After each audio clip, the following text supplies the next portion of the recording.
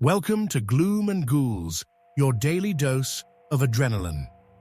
The storm had come out of nowhere. One moment, the sky was a dull grey. The next, it roared with fury, as if nature itself had turned against humanity.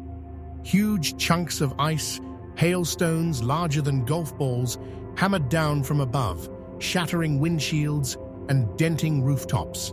Cars screeched to a halt on the lonely highway that cut through miles of desolate countryside.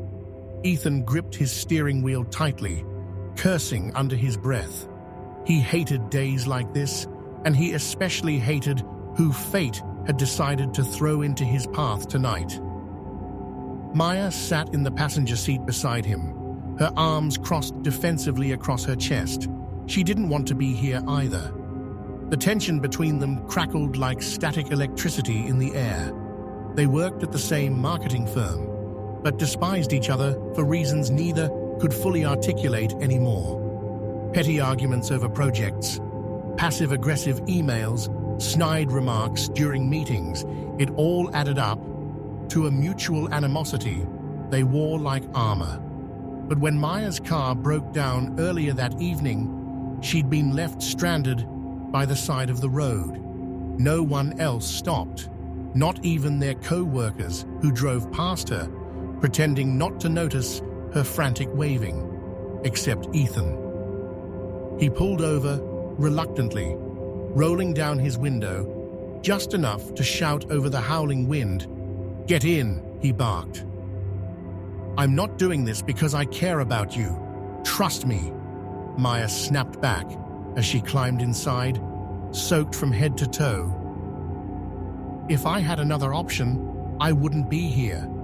They hadn't spoken since then, except for terse exchanges about directions or warnings to slow down. But now, as the hailstorm intensified, their fragile truce began to unravel. A massive chunk of ice struck Ethan's windshield, spiderwebbing it instantly. Another hit followed, and then another, until the glass gave way entirely. Shards flew everywhere, forcing both of them to shield their faces.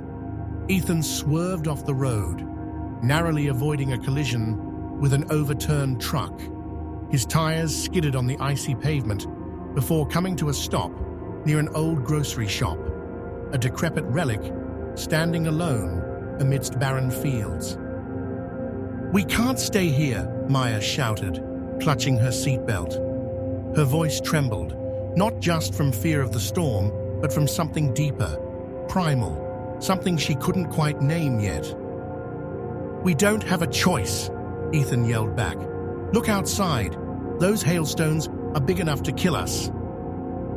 She glanced out the shattered window. The hailstones were monstrous, some nearly the size of softballs. They pelted the ground with deafening force, leaving craters wherever they landed. It felt like the world was ending. Reluctantly, they scrambled out of the car and ran toward the only shelter available, a small wooden shed attached to the side of the abandoned store.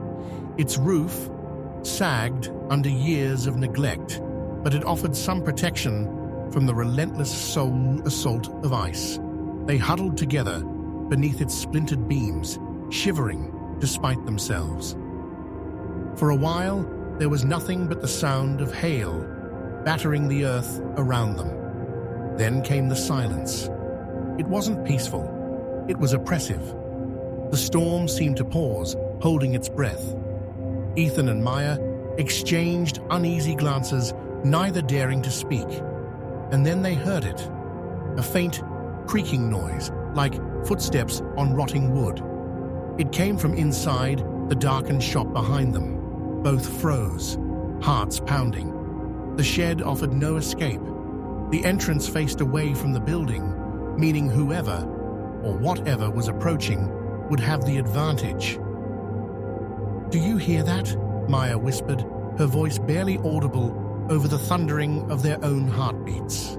Ethan muttered, "Ignore it," though his knuckles whitened as he clenched his fists. Probably just the wind. But the sound grew louder, closer. A shadow moved across the broken windows of the shop, distorted by the flickering light of distant lightning. Whatever it wasn't human. Suddenly, the temperature dropped. Their breaths turned to mist in front of their faces. Maya instinctively reached for Ethan's arm, forgetting for a moment that she hated him. He stiffened but didn't pull away. "What is this place?" she murmured, her eyes darting nervously between the shop and the endless field beyond. Ethan shook his head. "I don't know, but we're not safe here."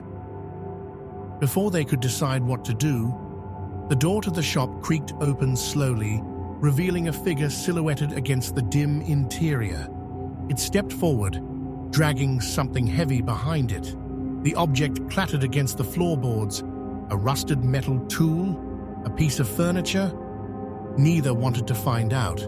Panic surged through them. Without speaking, they bolted from the shed, braving the hailstorm once more. Pain shot through their bodies as the ice struck exposed skin, but survival outweighed everything else. Hand in hand, they sprinted toward Ethan's car, which miraculously still ran. He fumbled with the keys, hands shaking violently, before finally starting the engine. As they sped away, neither looked back at the shop, but the memory of that shadow lingered, haunting them long after the storm subsided. Hours later, they found themselves parked on a quiet hill overlooking the city. The tension between them had shifted somehow. Gone was the hostility, replaced by an unspoken understanding, born of shared trauma. "I'm sorry," Ethan said suddenly, breaking the silence. His voice was soft, almost hesitant. "For everything. For being such an ass to you." Maya blinked, surprised. I'm sorry too. You didn't deserve half the things I said to you." They sat there for a while longer, watching the first rays of dawn break through the clouds. In that moment, hatred melted away like frost under sunlight. What remained was gratitude for survival, for finding solace in each other's company, and for realizing that sometimes love blooms in the most unexpected places, even in the aftermath of terror. Thank you for joining us on this spine-chilling journey tonight on Gloom and Ghouls, your daily dose of adrenaline. If you love this story of suspense and survival, be sure to hit that like button, subscribe, and ring the notification bell so you never miss another tale that keeps you on the edge of your seat. What would you have done in Ethan and Maya's situation? Share your thoughts in the comments below. And remember, the storm may pass, but the shadows often linger. Until next time, stay curious, stay cautious, and stay alive.